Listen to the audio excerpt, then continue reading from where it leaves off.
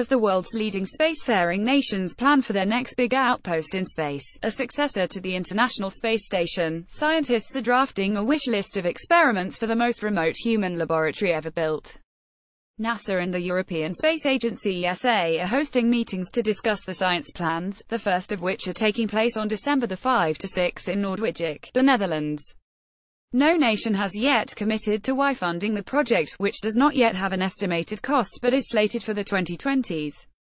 But the space agencies are working on a plan to build an outpost in orbit around the Moon. Scientists are already jockeying for room on the platform. "I have been taken aback by the extent and the quality of proposals," says James Carpenter, Human and Robotic Exploration Strategy Officer at ESA in Noordwijk, who organized the event and had to double the capacity of the agency's event to 250 people, owing to the level of interest.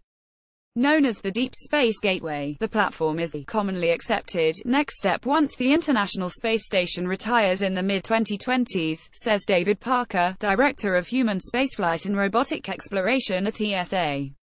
The space agencies have made clear that its main purpose would be to test, from Earth's backyard, the technology for deep space exploration and long-duration missions, including, eventually, going to Mars. "But we also want to work out how we get the best science out of it," says Parker.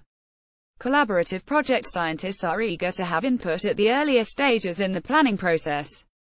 Doing so could help the project to avoid the fate of the International Space Station, which some have criticized for being slow to live up to its research potential. But researchers should remember that the main purpose of both facilities is to support future exploration, says Richard Binzel, a planetary scientist at the Massachusetts Institute of Technology in Cambridge. The space station is an instrument for human experience and, almost, space diplomacy, he says.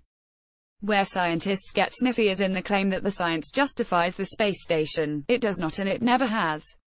Still, researchers have already devised a vast array of experiments. The platform's location, outside Earth's protective magnetic field and so representative of deep space, and with ready access to the Moon, would provide a unique environment for research. As well as testing how space affects human physiology and technology for survival, researchers will propose ways in which the station could support planetary studies and allow for innovative physics and astronomy experiments, says Carpenter.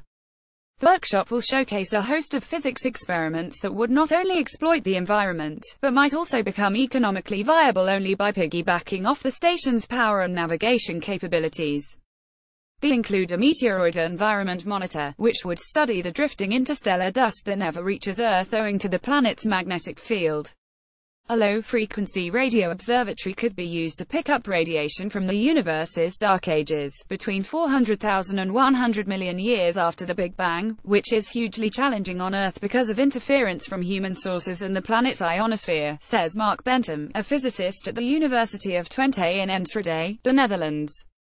Moonbound and beyond, a space station in the vicinity of the Moon would afford lunar scientists regular access to its surface, says Mahesh Anand, a planetary scientist at the Open University in Milton Keynes, UK.